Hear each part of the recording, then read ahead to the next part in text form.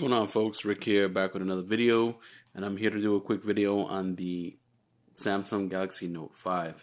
Yes, I know I'm late to the party, but I actually did purchase an LG V10, and I will be making a comparison video and giving you guys the breakdown of why I decided to trade in my LG V10 for a Samsung Galaxy Note 5. So without further ado, I'm just gonna step you guys through the phone real quick, let you guys know what I like about the phone so far and what I really don't like about the phone so far. So let's get into what I don't like. Big controversy that was going around a few months ago when this phone first came out, which was Pengazi, Pengate, whatever you want to call it. A lot of people going back and forth, and I know I'll get a lot of stupid comments in regards to this issue, but I'm one of those guys that, I have kids, so for myself, it's really not a big deal. But, if you have kids around, they like to use your phone, watch videos, whatever the case may be, and they could very easily shove this in backwards. So I really think that Samsung should have came up with a workaround, maybe like a little plastic nub here, something that would prevent you from putting the S Pen in backwards if they knew it was going to ruin the actual sensor inside.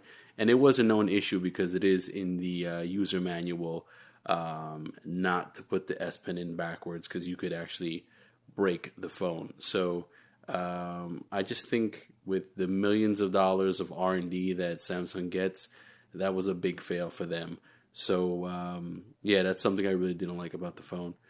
Other than that, the colors in the United States, you just get the option of the black and white variant for the Note series. I actually wanted to get a gold version, but they told me I would have to go to the Galaxy S6 Edge Plus, which I didn't want because I want the Note for the S Pen functionality.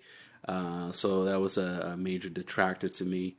And let's not mention the non-removable battery and no micro SD card expansion. That was huge for me in my reasoning for not really wanting to go for the Note right out the gate.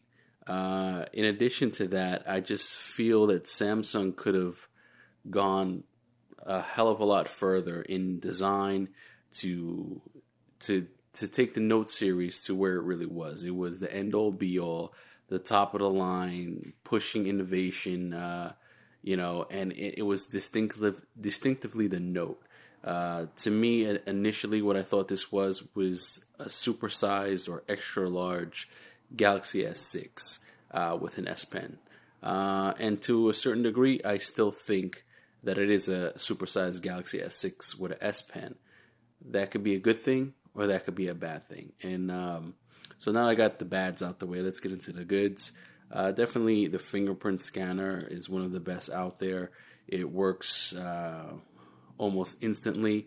Another good thing which I saw when I purchased the phone, actually when I was setting up the phone, it's a promotion that's going on now. If you set up Android Pay, which I don't want to actually open the app so you guys can see my actual credit card number, but they have a promotion right now. When you set up Android Pay, they'll send you a free wireless charger, which is I think like a $50, $60, or even $70 value. So that was pretty cool that that I got that. I did have to do some fighting with T-Mobile, being that I'm giving the LG V10 back, and they wanted to give me like a $25 credit, which I think they could have done a lot better, which I'll try to get some more out of them. But it's always good to haggle with your carrier and always, complain about the littlest thing that's wrong with the phone, or a feature that it doesn't have, or something that someone in customer service told you incorrectly, to try to get either free stuff or a discount or a credit, whatever the case may be. 9 out of 10 times you will be able to get something. Whether it's $25, hey, it was $25 you didn't have in your pocket before. So enough about that. Let's get into the phone. The display on this, my camera really can't do justice to it, but the display on this is amazing. I know it's a 2K display. What else on here? The speaker on it, to be honest with you, even though it's a bottom firing speaker. Let me zoom in a little bit over here. The speaker on here, come on, baby. Well, anyway, it's not zooming properly. But anyway, the speaker on here was fairly loud, considering it's a bottom-mounted speaker. You know, you could very easily cover it up when you're watching content like this. But I usually hold it like this. I kind of cup it, and it kind of channels the sound up and around. I really wish they would have had front-firing speakers, but maybe on the next version. So now that we discussed some of the things I do like that the S Pen is recessed and you have to pull it out. And right away when you pull it out, it has a lot of features on here. I think a lot of you guys should know about this already, but let me reiterate it if you don't. You have Smart Select feature, you have a screen write feature, S Pen features. What else do we have here? We have Action Memo, and you could add your own quick shortcuts to this. So if you want to add, I don't know, anything like Instagram or whatever the case may be, you could add that shortcut to the S Pen features. And also right here you have the famous pen clicking inside and out, which gets very addictive very quickly. And then also another cool thing about the S Pen is you have the ability to, once the screen doesn't even have to be illuminated, the screen could be black, and you know you're talking to someone, you just want to jot a quick note down, just pull the S Pen out and you're able to write on the black screen right here. So that's cool. You could write someone's phone number real quick and then save that memo, which is a really cool feature.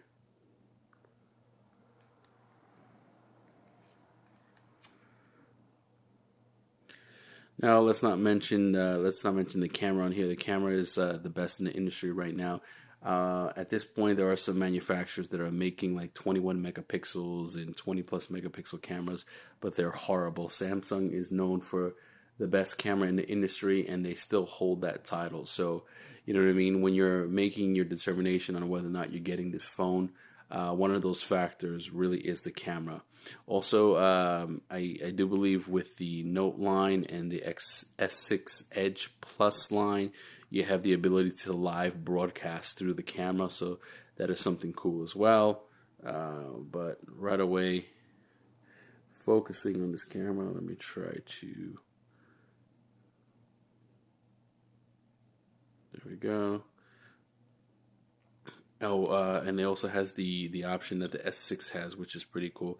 If you double tap the home button, boom, you get right into the camera app. So you launch the camera fairly quick. So I thought that was pretty cool too. Not to mention the quick charge technology on here. It has quick charging technology for wireless charging and also wired charging. So I did have the opportunity to play with this a little bit at work. The phone actually came with 2% battery, so it was a good gauge for me to know how long it takes to charge from 0 to full. And within about 40 to 45 minutes, I went from 0 to 80%. So I thought that was really cool. I do have a T-Mobile variant, and I do know battery life or screen on time really depends on your carrier. Some carriers have great screen on time, and some have horrible screen on time. So I'll be doing a update review with some testing, let you guys know what that's like. But, you know, that was my quick first impressions of the phone. I'll be making a few more videos over the next few weeks. Just a quick hardware tour right here. To get some focus on this camera. It's your power button right there. Up top, you have your microphone and your SIM tray right there. And then over here on the side, you have your volume up and down rockers. Bottom is a 3.5 millimeter headphone jack. You have your micro USB port. You have your speaker grill. And in addition to that, you have an additional microphone. On the back, you have your heart rate sensor and your flash. And that's basically it. There's one thing I'm really disappointed in Samsung, that they got rid of the IR blaster for no reason whatsoever. I really can't figure out why they decided to go without the IR blaster. And the one fundamental difference, other than the size, between this and the S6 is the back actually curves towards the front. So, you know, when you had the S6 Edge, the curve would actually be on the other end, on the front side, and it curves towards the back. This, I guess, as a design feature, has it curving towards the front, which makes it a lot easier to grab in the hand. So I kind of like that feature. But yeah, guys, so if you have any questions for me in regards to the Note 5, don't hesitate to leave a comment below. Please give me a thumbs up if you like this video, and I'll see you guys in the next one.